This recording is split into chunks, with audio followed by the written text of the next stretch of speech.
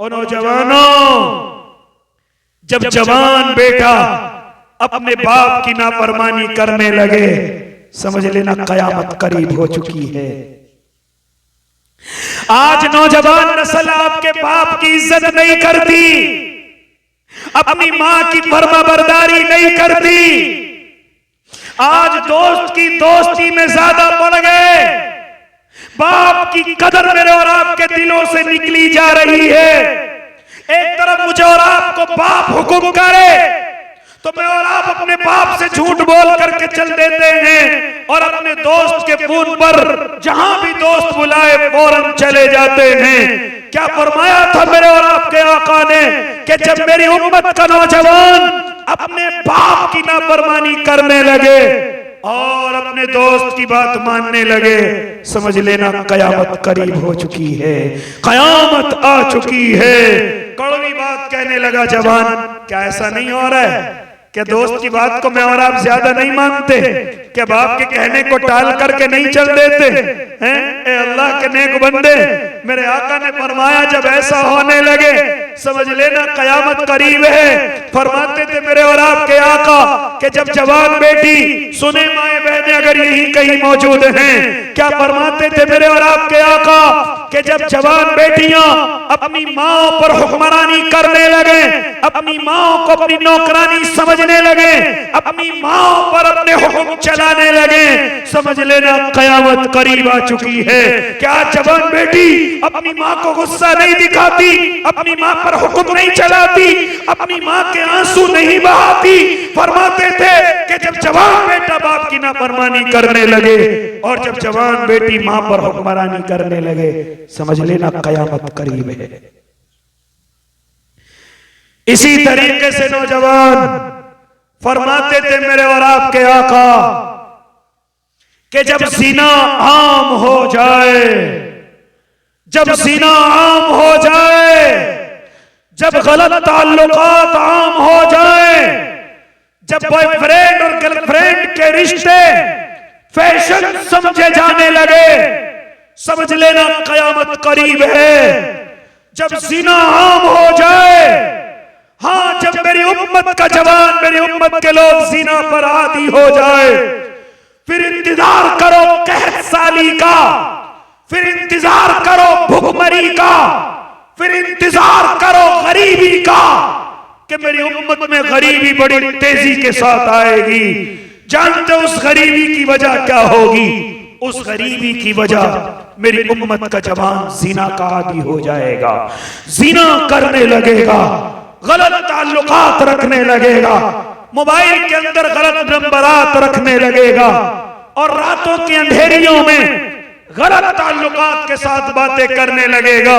हालांकि कुरान कहता है वला तक़रबुज़्ज़िना इन्नहु काना फ़ाहिशा वसाअ सबीला, कि ज़िना के करीब भी मत जाओ, ये बेहयाई का रास्ता है, ये बर्बादी का रास्ता है। और फरमाते थे मेरे आका अज़्ज़िना युरसुल फ़क़्र, कि ज़िना करना फकीरी लाता है।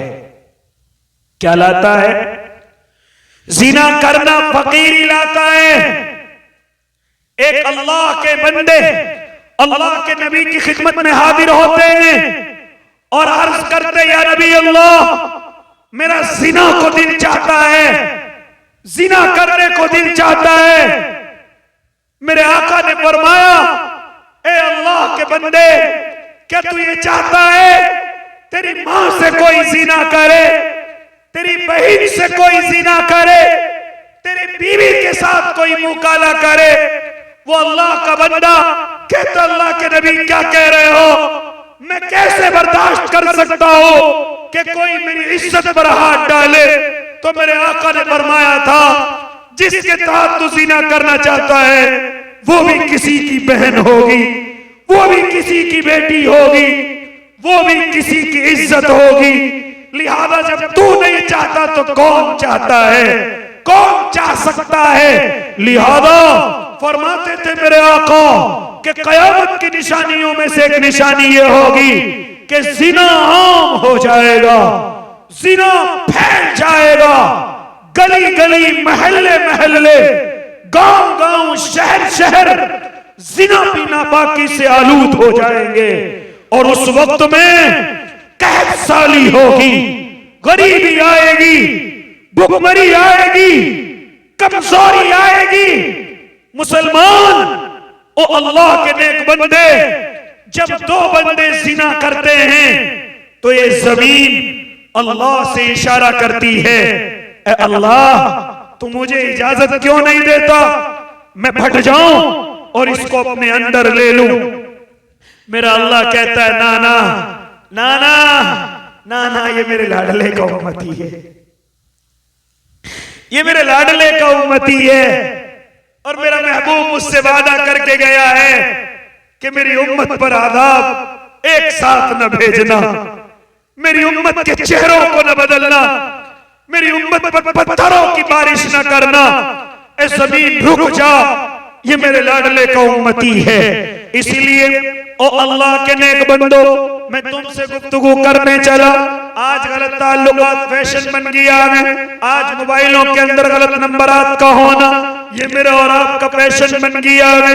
फरमाते थे मेरे और आपके आका, कल कयामत का मैदान होगा, ये जो ज़िना करने वाले होंगे अल्लाह के सामने लाए जाएंगे और इनको जिल्लत वाला अजाब दिया जाएगा। वो अजाब क्या होगा? फरमाते थे मेरे आका, तमाम लोगों के सामने ये ज़िनाकार होंगे, इनके चेहरों के बराबर में इनकी शर्मगाहें होंगी और शर्मगाहों से खून और पीप निकल करके इनके मुंहों के अंदर जा करके इनके पेटों के अंदर जा रहा होगा। ये जिल्लत वाला अजाब इनको दिया जाएगा। मालूम करने वाले मालूम करेंगे, ए लोगों ये कौन लोग हैं कि इनको ये जिल्लत वाला अजाब दिया जा रहा है। चुनांचे कहा जाएगा ये वो मर्द और औरतें हैं जिनके आपस में गलत ताल्लुकात दुनिया में होते थे, जिनके आपस में ताल्लुकात होते थे और अपनी इज्जतों को लुटाते थे। हाँ, जिनाओं के आदी हो गए थे। आज अल्लाह इनको ये जिल्लत वाला अजाब दे रहा है। इसलिए फरमाते थे मेरे और आपके आका, लोगों जब मेरी उम्मत के अंदर जिना आम हो जाए, जिना आम हो जाए तो समझ लेना कयामत करीब हो चुकी है, कयामत आ चुकी है। अल्लाह हम सब की इन गुनाहों से हिफाजत फरमाए।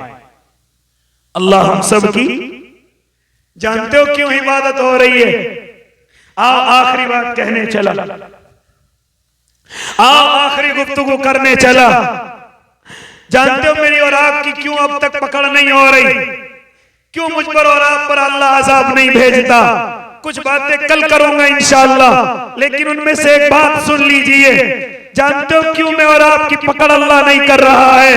ओ अल्लाह के नेक बंदो, जानते हो मेरे और आपके आका मोहम्मद अरबी सबसे ज्यादा मेरे और आपके लिए रो करके गए हैं, मेरे और आपके लिए तड़प करके गए हैं।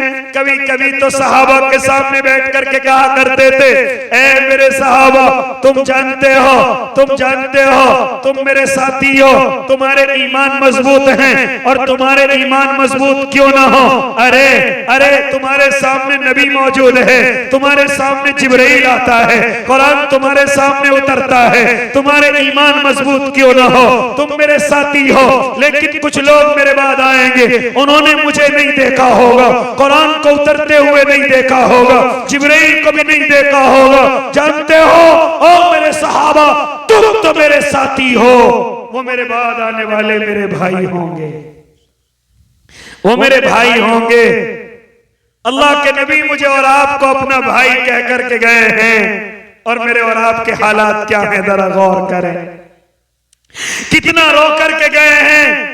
मस्जिद नबवी के बराबर में एक छोटी सी मस्जिद है जो आज भी मौजूद है और उसको मस्जिद इजाबा कहा जाता है। जानते हो मस्जिद आज भी गवाह है। जानते हो उस मस्जिद के अंदर वो क्या गवाही देती है? वो मस्जिद कहती है कि मुझे याद है कि एक मर्तबा अल्लाह के नबी मेरे इस मस्जिद के सहन के अंदर आए थे और आकर के दोनों हाथ उठा करके आंसू बहाए थे और बहा करके अल्लाह के नबी अल्लाह से कुछ वादे कर रहे थे। उनमें पहला वादा अल्लाह से ये कर रहे थे, ए रब्बे करीम मेरे बाद मेरी उम्मत के चेहरों को न बदलना, मेरी उम्मत कितनी गुनाहगार हो जाए, मेरी उम्मत कितनी गुनाहों में डूब जाए, ए अल्लाह मैं तुझसे एक वादा लेता हूँ कि मेरी उम्मत के चेहरों को न बदलना, मेरी उम्मत के चेहरों को बंदर न बनाना, खिंजीर न बनाना। जिस तरह तूने बनी इस्राइल के गुनाहगारों के चेहरों को बदल दिया था, बंदर बना दिया था, खिंजीर बना दिया था, ए रब्बे करीम मेरी उम्मत के चेहरों को न बदलना। जानते हो आज मैं और आप बड़े बड़े गुनाह करके रातों को सो जाते हैं, सुबह को सही सलामत उठते हैं, कोई पकड़ नहीं। जानता है वजह क्या है? वजह मेरे और आपके आका के आंसू हैं। ये ना समझना कि मैं ईमान वाला हूं, इस्लाम वाला हूं। गुनाह करके सो जाते, पकड़ नहीं होती, वजह मेरे और आपके आका के आंसू हैं। इसी तरीके से वही मस्जिद इजाबा एक और वादा याद दिलाती है कि इसी मस्जिद के अंदर मेरे आका ने दूसरा वादा किया था और फरमाया था, ऐ रब्बे करीम मेरी उम्मत पर कोई ऐसा हाकिम मुसल्लत न करना जो मेरी उम्मत को तहे तैक कर दे, मेरी उम्मत को बर्बाद कर दे, मेरी उम्मत को गुमराह कर दे। मेरे अल्लाह ने पहला भी वादा कबूल किया और दूसरा भी वादा किया कि हम तुम्हारी उम्मत पर कोई जालिम ऐसा हुक्मरान मुसल्लत नहीं करेंगे जो तुम्हारी उम्मत को बर्बाद कर दे, तहे तैक कर दे या गुमराह कर दे। जानते हो आज बड़े बड़े हाकिम आते हैं, ये इरादे और वादे करके आते हैं कि मुसलमानों को बर्बाद कर दिया जाएगा, मुसलमानों को खत्म कर दिया जाएगा, लेकिन जैसे इक़्तिदार में आते हैं कुछ नहीं कर पाते। ये ना समझना मेरी और आपकी नमाजें कुछ नहीं करने देती, ना ना मेरे और आपके आका के आंसू उन्हें कुछ नहीं करने देते। ये मेरे और आपके आका के आंसू हैं। कहां तक गुफ्तगू करूं? अपने आका की गुफ्तगू करते करते ये रात कम पड़ जाए, ये रात कम पड़ जाए। इसलिए ओ अल्लाह के नेक बंदो, मैं और आप अपने आका के आंसुओं का ख्याल करें, अपनी जिंदगी को बदलने की कोशिश करें, अपनी जिंदगी के अंदर नबी का तरीका लेकर के आए, नबी की जिंदगी लेकर के आए। कहो इरादे करो कि इंशाअल्लाह पूरी जिंदगी अपने नबी के मुताबिक गुजारेंगे, अपने महबूब की मोहब्बत में गुजारेंगे, अपने नबी के तरीके पर चल करके गुजारेंगे। लिहाजा जो बातें बतलाई गई इंशाअल्लाह उस पर अमल करेंगे। सबसे पहले बतलाया गया सलाम का जवाब देंगे, दावत कबूल करेंगे, जनाजे में हाजिर होंगे, बीमार को देखेंगे, कोई छींकने वाला अल्हम्दुलिल्लाह कहे तो यरहमुकल्लाह कहेंगे। और दूसरी बात अपने माँ बाप की नाफरमानी नहीं करेंगे, खास तौर से अपने बाप की नाफरमानी नहीं करेंगे, खास तौर से अपनी माँ की नाफरमानी नहीं करेंगे। और आखिरी बात जिना से बच करके रहेंगे, गलत ताल्लुकात नहीं रखेंगे। अगर मैं और आप किसी की इज्जत से नहीं खेलेंगे तो अल्लाह हमारी इज्जतों को भी महफूज कर लेगा। क्योंकि मैं और आप भी किसी बहन के भाई हैं, किसी बीवी के शौहर हैं, किसी माँ के बेटे हैं, किन्हीं बेटियों के बाप हैं, ऐसी दूसरे भी हैं।